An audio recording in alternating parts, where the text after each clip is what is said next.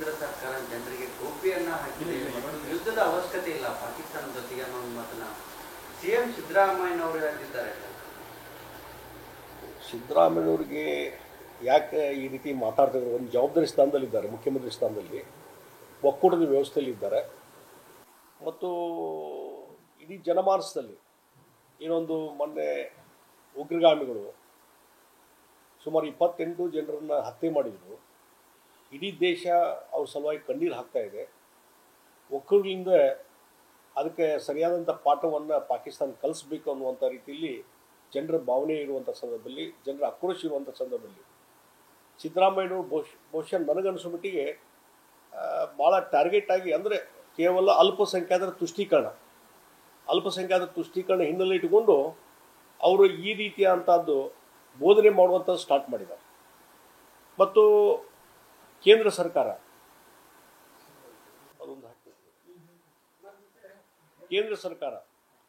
ಮೋದಿಜಿಯವರ ನೇತೃತ್ವದಲ್ಲಿ ಈಗಾಗಲೇ ಹಲವಾರು ನಿರ್ಧಾರಗಳನ್ನು ಕೈಗೊಂಡಿದ್ದಾರೆ.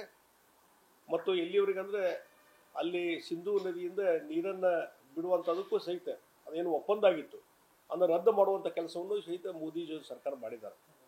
ಮತ್ತು ಟೈಮ್ಲಿ ಯಾವ ಸಂದರ್ಭದಲ್ಲಿ ಯಾವ ರೀತಿಯಾದಂಥ ನಿರ್ಧಾರ ಕೈಗೊಳ್ಳಬೇಕು ಅನ್ನುವಂಥದ್ದು ಕೇಂದ್ರ ಸರ್ಕಾರ ನಿರ್ಧಾರ ಮಾಡ್ತದೆ.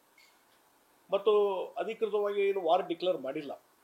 ಈ ಸಂದರ್ಭದಲ್ಲಿ ಪಾಕಿಸ್ತಾನದವನ್ನು ಪ್ಲೀಸ್ ಮಾಡೋ ಸಲುವಾಗಿ ಮತ್ತು ಅದರಲ್ಲಿ ಭಾಳ ಮುಖ್ಯವಾಗಿ ಅಲ್ಪಸಂಖ್ಯಾತರನ್ನು, ಮುಸ್ಲಿಂ ಸಮುದಾಯವನ್ನು ಪ್ಲೀಸ್ ಮಾಡೋ ಸಲುವಾಗಿ ಈ ರೀತಿಯಾದಂಥ ಒಂದು ಕೆಳಮಟ್ಟದ ಹೇಳಿಕೆಯನ್ನು ಮುಖ್ಯಮಂತ್ರಿಗಳು ಕೊಟ್ಟಿದ್ದು ಇದು ಖಂಡನಾರ್ಹ. ಬಹುಶಃ ಆ ಒಂದು ಸ್ಥಾನದಲ್ಲಿದ್ದಂಥವರು ಈ ರೀತಿ ಹೇಳಿಕೆಗಳನ್ನು ಕೊಡಬಾರ್ದಾಗಿತ್ತು. ಅದು ಕೇಂದ್ರ ಸರ್ಕಾರಕ್ಕೆ ಬಿಡುವಂಥದ್ದು ನಿರ್ಧಾರ. ವಾರ್ ಡಿಕ್ಲೇರ್ ಮಾಡಬೇಡ್ರಿ, ಯುದ್ಧ ಮಾಡಬೇಡ್ರಿ ಅಂತಂದರೆ ಇದು ದೇಶಕ್ಕೆ ಒಂದು ಅಪಮಾನ. ಇದು ಈ ರೀತಿ ಎಲ್ಲ ಸಹಿಸ್ಕೊಂಡು ಇವತ್ತು 26-28 ಜನರ ಹತ್ಯೆ ಆಗಿ ಇವತ್ತು ಅದನ್ನು ಸಹಿಸ್ಕೊಂಡು ಯಾವ ರೀತಿ ಕೇಳ್ತಾರಂತಂದರೆ ಯುದ್ಧ ಮಾಡಿದರೆ ಆ 26 ಜನರು ಜೀವ ವಾಪಸ್ ಬರ್ತೀನಿ ಅಂತ ಹೇಳಿ. ಅಂದರೆ ಇದೇ ರೀತಿ ಸಹಿಸ್ಕೊಂಡು ಹೋಗ್ಬೇಕು ನಾವು. ಇವತ್ತು 25 ಮಂದಿ ಮತ್ತೆ ಇದೇ ರೀತಿ ಬಿಟ್ಟರೆ, ನೀವು ಇದನ್ನು ವಾರ್ನಿಂಗ್ ಮಾಡದೇ ಇದ್ದರೆ ಅಟ್ಯಾಕ್ ಮಾಡದೇ ಇದ್ದರೆ ಪಾಕಿಸ್ತಾನ ಮೇಲೆ ಇದು ರಿಪಿಟೇಷನ್ ಆಗ್ತದೆ, ಉಗ್ರಗಾಮಿಗಳಿಗೆ ಸ್ಕೋಪ್ ಕೊಟ್ಟಂಗೆ ಆಗ್ತದೆ. ಇದೂ ಒಂದು ಸಣ್ಣ ವಿಚಾರವನ್ನು ಅರ್ಥ ಮಾಡ್ಕೊಳ್ಳೋಂಥ ಒಬ್ಬ ಮುಖ್ಯಮಂತ್ರಿ ಇದ್ದಾರಲ್ಲ, ನಮಗೆ ನಾಚಿಕೆ ಬರ್ತದೆ. ಇಂಥ ಮುಖ್ಯಮಂತ್ರಿ ಈ ರೀತಿ ಹೇಳಿಕೆ ಕೊಟ್ಟಿದ್ದು ನಮಗೆಲ್ಲ ನಾಚಿಕೆ ಪಡುವಂಥದ್ದು. ಅಲ್ಲ, ಸರಿನಾ ಅಲ್ಲ ಅಂತ ಹೇಳ್ತಿರಲಿಲ್ಲ.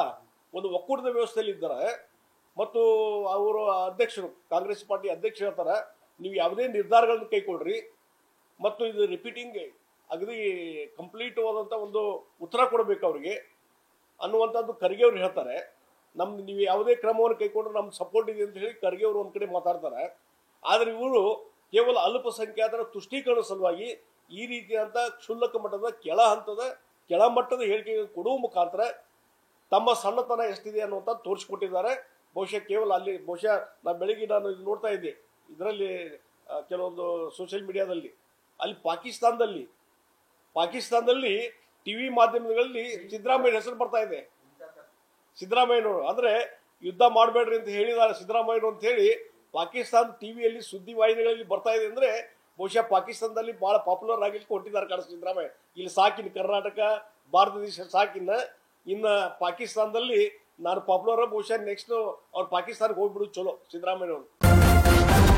ನ್ಯೂಸ್ ಫಸ್ಟ್ ನಿರ್ಭೀತಿಯಿಂದ ನಿಮ್ಮ ಪರವಾಗಿ.